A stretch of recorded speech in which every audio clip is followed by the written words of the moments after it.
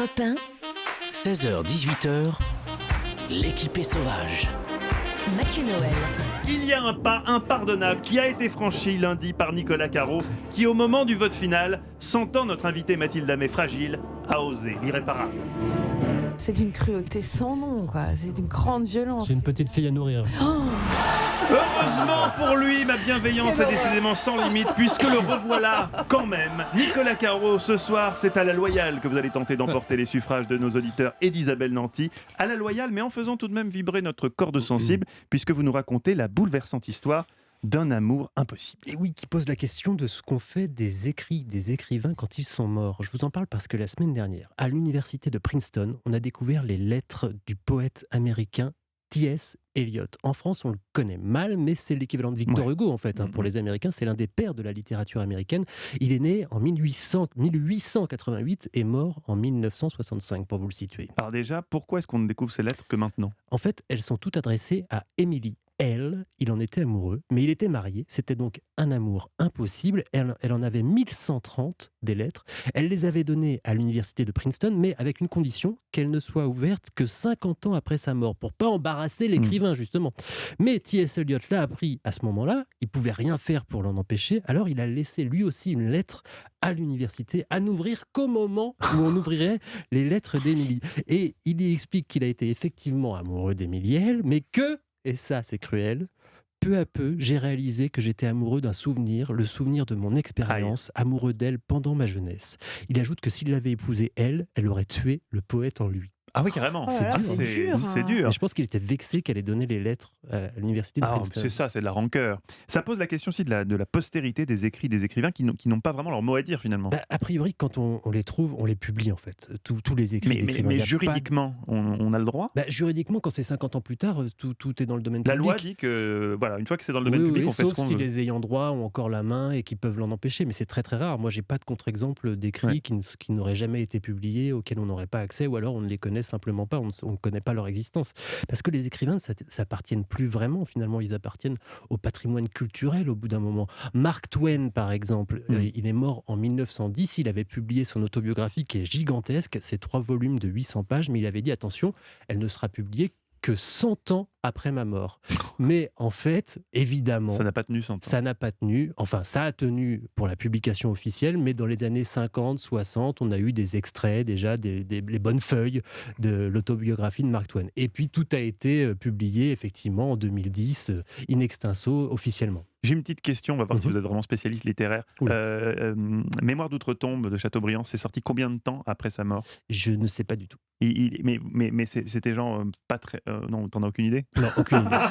Oublie alors. Non, parce que je me demande s'il l'avait s'il avait dit justement de 10 ans, 5 ans, tu vois. Non, j'ai pas le nombre d'années. Je crois que c'était assez rapide. On oublie. Par contre, j'ai l'histoire de Kafka qui est intéressante puisqu'il avait laissé tous ses manuscrits à son grand ami, son meilleur ami de toute sa vie, Max Brod, et il lui a écrit une lettre. On a cette lettre dans laquelle il lui demande de brûler tous ses manuscrits à sa mort. Parce qu'il voulait pas que ce soit publié, il trouvait que c'était incomplet.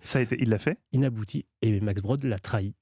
Il l'a trahi en le justifiant, en disant je ne peux pas brûler ça. Je ne peux pas priver. Il faut que je les offre à l'humanité. Et c'est grâce à Max Brod, d'une certaine manière, qu'on a le procès le château. Ouais. Mais le château, il n'était pas d'accord pour que ça soit publié ? Eh bien non, parce qu'il considérait que c'était pas abouti, qu'il fallait pas le lire. C'est vrai que c'est bizarre le château, mais enfin bon, c'est le procès aussi. Mais bon, voilà, en fait, c'est une vraie question. Et évidemment, intuitivement, on soutient Max Brod, on se dit ça aurait été trop dommage. Mais à la fois, qu'est-ce qu'on fait de l'écrivain lui-même ? Salinger, par exemple, Salinger, c'était cet écrivain américain qui a écrit L'Attrape-cœur et qui a été un énorme succès dans les années 50. Il y a eu 60 millions d'exemplaires vendus. Et ensuite, il a vécu reclus dans une petite ville du New Hampshire où on en reparlera, on en a déjà beaucoup parlé, mais tous les villageois le protégeaient contre les journalistes et les curieux, les lecteurs qui voulaient lui parler, il donnait des fausses pistes, etc. Parce que lui, il ne voulait plus apparaître en public, il ne voulait pas qu'on ait de photos de lui, il ne voulait plus publier rien du tout. Et ça a duré 60 ans comme ça, il est mort en 2010, Salinger, et la légende courait qu'il y avait une malle pleine de manuscrits, qu'il avait continué à écrire toute sa vie, etc.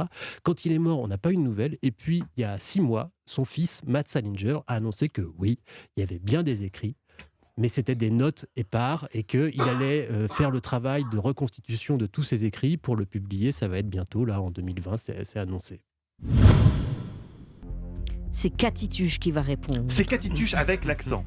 Tout le monde a gagné. Non.